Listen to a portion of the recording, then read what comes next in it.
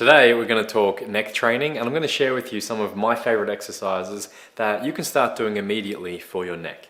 As always, you'll find timestamps below to jump ahead to the exercises if you prefer. So my girlfriend Katrina suffers from debilitating migraines on a regular basis.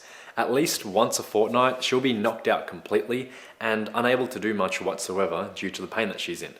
Now, outside of those particularly nasty days, she's also in constant pain, experiencing maybe a 5 or 6 out of 10 on the pain scale headache 24/7, and constant pain through her neck, shoulder and elbow. It really sucks. She's been to several specialists for help over the years and nothing has really been helpful. If you've ever been in pain, let alone chronic pain, you know just how exhausting and demanding it is, and just how much it takes away from your quality of life as you learn to live with it. So the other day, we were sitting and watching The Office, and she just starts going through her usual rotations and stretches to try to find a more comfortable position to be in. And I see her rest her head back on the couch, only to start struggling to bring it right back up again.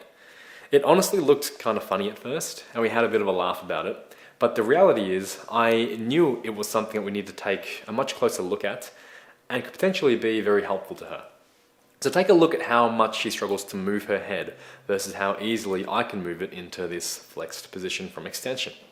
First disclaimer, pain is an incredibly complex phenomenon. As much as the personal training and physical therapy realm likes to focus on weakness or certain exercises or stretches, the reality is pain, and especially chronic pain, is often so much more than that. There are so many other factors that play into what's called this biopsychosocial model of pain, looking at it not just on a biomechanical or biochemical level, but on a psychological and perceptual level as well. So while I'll be speaking today about some of the training side of things, one thing we all need to keep in mind is that pain is a lot more complex than some people may lead on, and a multifactorial approach that looks beyond the basics of training or stretching a muscle is always going to be best. So what was going on when Katrina was struggling to lift her head up? She's struggling with what we call neck flexion.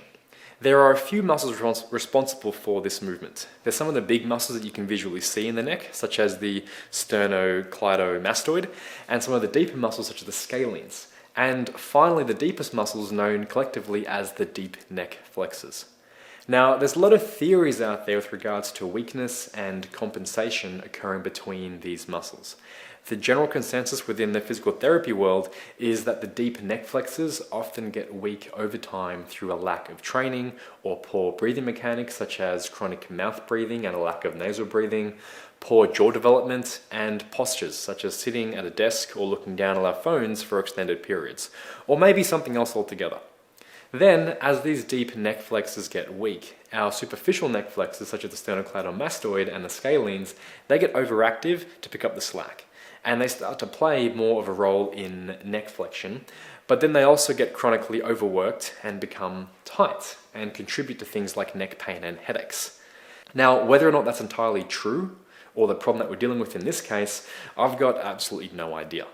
Anecdotally, I've found it to be incredibly helpful in the past, and there is actually a fair amount of research that supports this, with both direct deep neck flexor training and upper trap training seeming to provide relief and benefits for people dealing with chronic headaches and neck pain.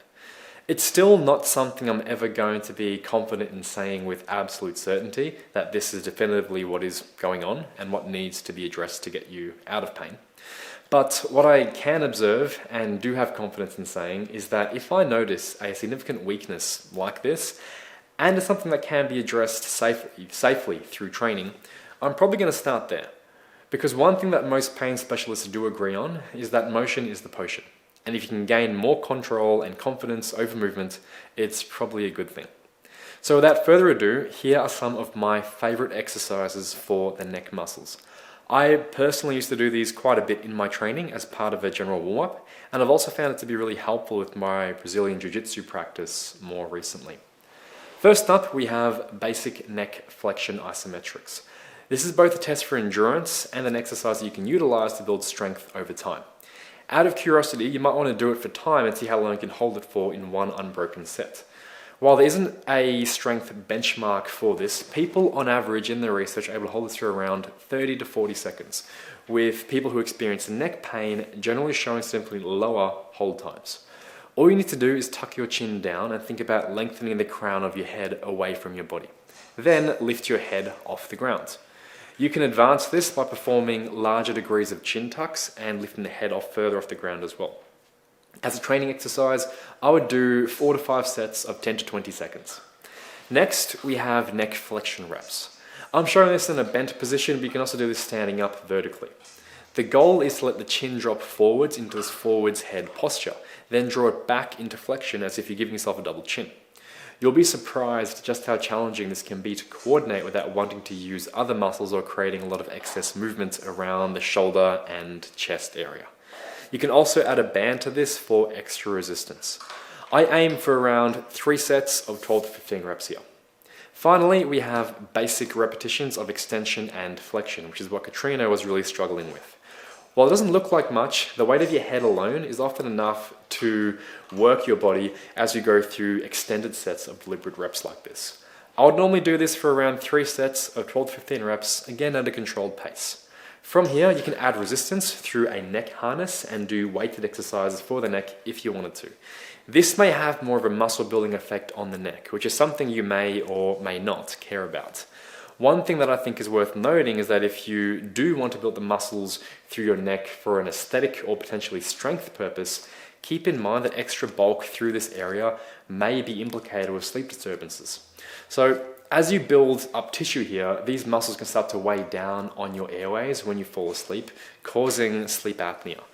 This is something that I've noticed personally when I had a lot more muscle mass in general, and something that many bodybuilders and larger athletes that I've worked with have noticed as well. So it's just something to keep in mind.